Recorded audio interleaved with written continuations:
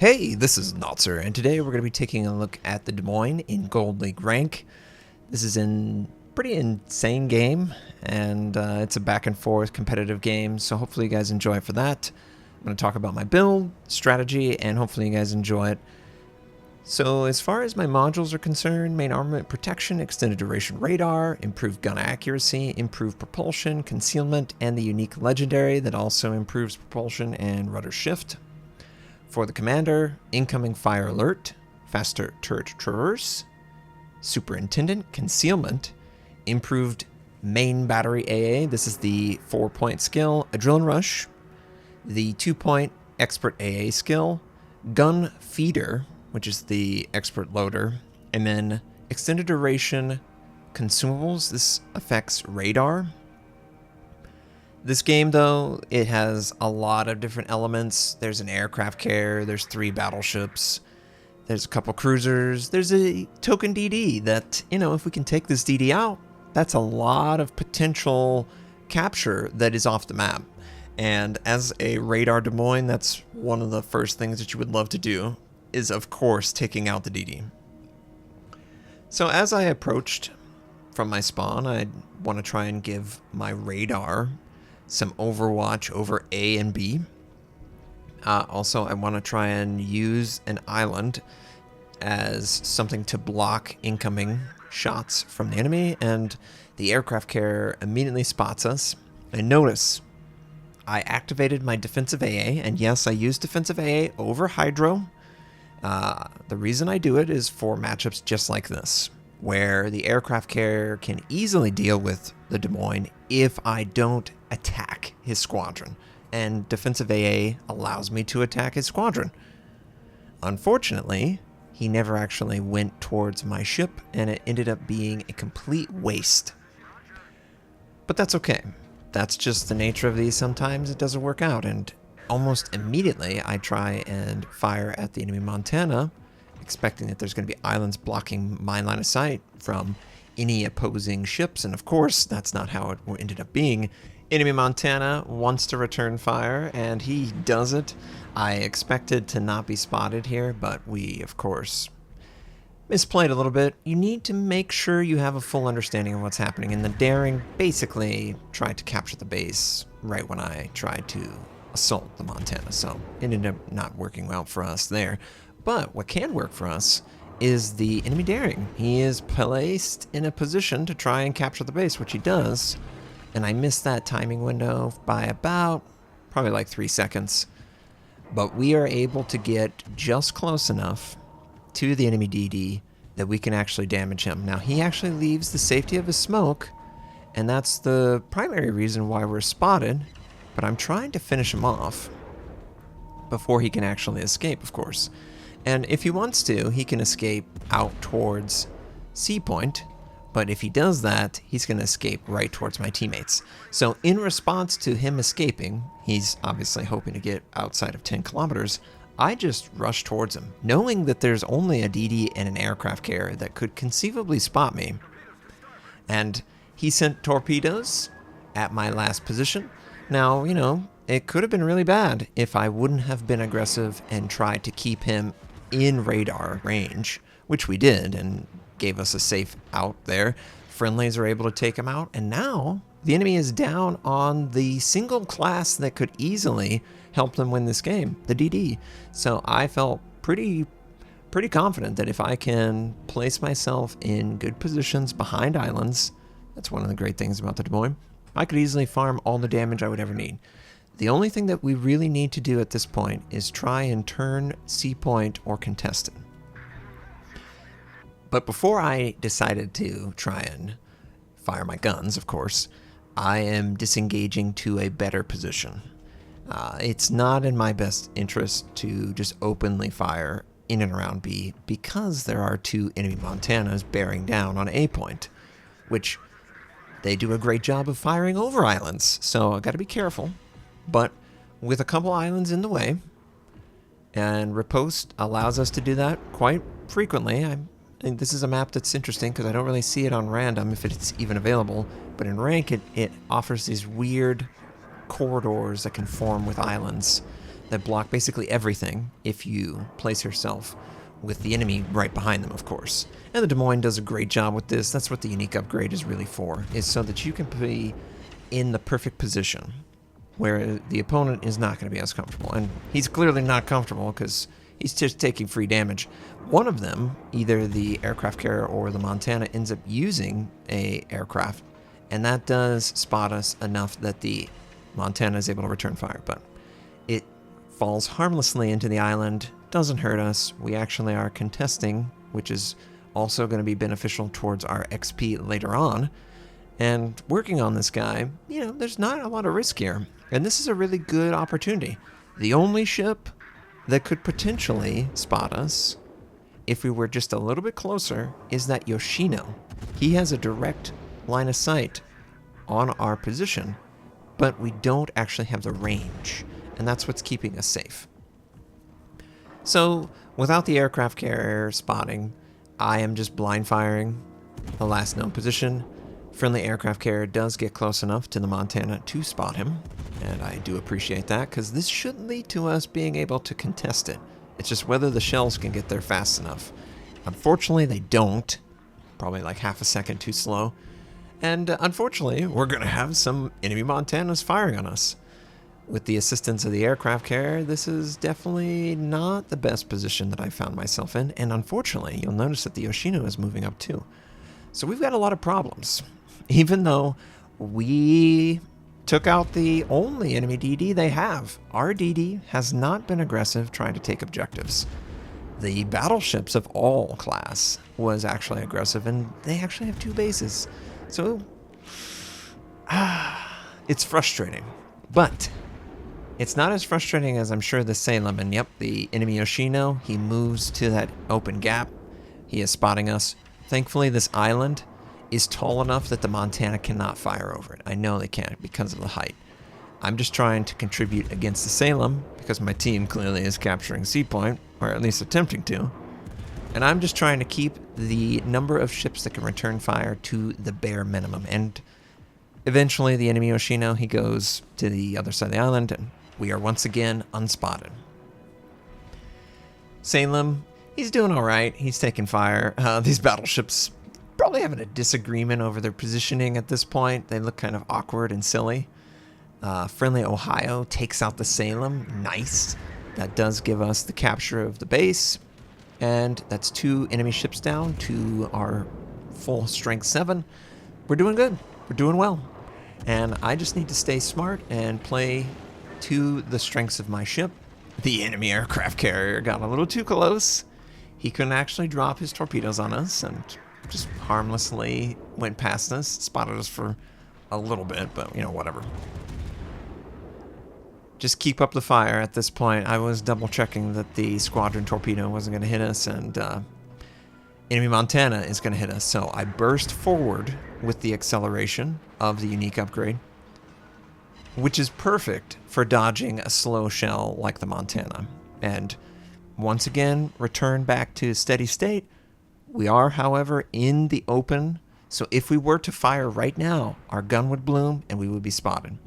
And I just tell my stream, this is on stream, I just tell the stream that's why we're holding fire. We were really hoping that this Montana will sail behind the island. And the moment he drops, I take a shot. Aircraft from the aircraft carrier is keeping us spotted. And I'm over here going, that's okay. Because it drops away. And the enemy Montana, the other enemy Montana, is actually moving up on the north side. So we have to really take this seriously, because he is basically full life. And unfortunately, the Montana was super low. He moved outside of our gun range. But it's not worth going after in this situation. It's really more in our favor to just stay and farm this player. There's a couple islands that we can use to form one continuous line of sight blocker, and that's how we're going to do some free damage. Friendly aircraft carrier is probably really close to being spotted by the Montana, so it is important that we work this guy down. I don't know anyone else on my team that's actually firing on him, but I do have a friendly Burgon that's behind me, so I expect he will contribute something. And also, this is a great position for me because no one else can harm me. A lot of World of Warships at this stage is feeling comfortable with your ship's maneuvering and keeping certain objects, smoke, islands, or distance in your favor so that you can do the best you can for your team, putting out the most damage, using consumables, but without incurring much loss in health or attention. So it's really vitally important that you try and see every moment where there is potentially no way for the enemy to see you and return fire. And that's where you get free chip damage. And I love taking advantage of it.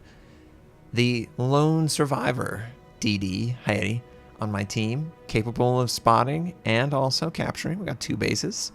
However, the enemy has had so long with bases, and they've actually normalized the point in the kill, that they have a pretty clear advantage at this point. There's about 9 minutes left in the game, and I don't think that's good enough. So as I'm moving forward, enemy aircraft carrier sends his squadron, bombs the hell out of the Hayati. Wow. Completely 100 to 0, whatever his remaining health was. Nothing we could do there. The enemy aircraft carrier, intelligently, he chooses to use a fighter consumable. He wants to keep us spotted for as long as possible so that the friendly battleship and the Yoshino can fire on us. I use defensive AA, priority sector, and my build to clear out that squadron as fast as possible because that is the only line of sight that they would ever have for me. And we do just that, so we're doing okay. We're the only ones in this area, and unfortunately, my friendlies are all the way on the other side of the map, so we gotta go against this guy 1 versus 1. That doesn't sound like something that I want to deal with, but that's what we've got. So I'm positioning myself interesting. The enemy aircraft squadron is really far north for the first time it's spotted. I wonder why that is, but I don't have defensive AA, so I have to deal with this with just the straight damage output that I have with my ship, and we're going to do a pretty good job. The attack rockets are really hard to work with. And look, he actually closed in. He was surprised by my position, and interesting. The enemy aircraft carrier went all the way to the northern side and is approaching at a very awkward angle. Because he's an American aircraft carrier, he's really easy to spot though. He's giant.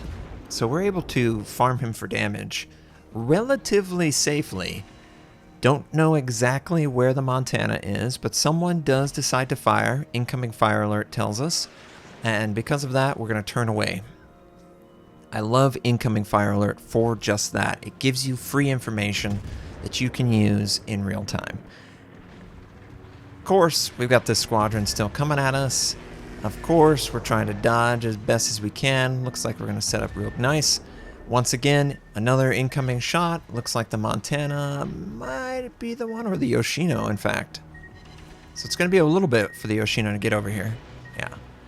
But we need to really work on the Montana. If we can get the Montana out of this match, then all that's left is the Yoshino and the aircraft carrier, which would be so much easier than the Montana existing.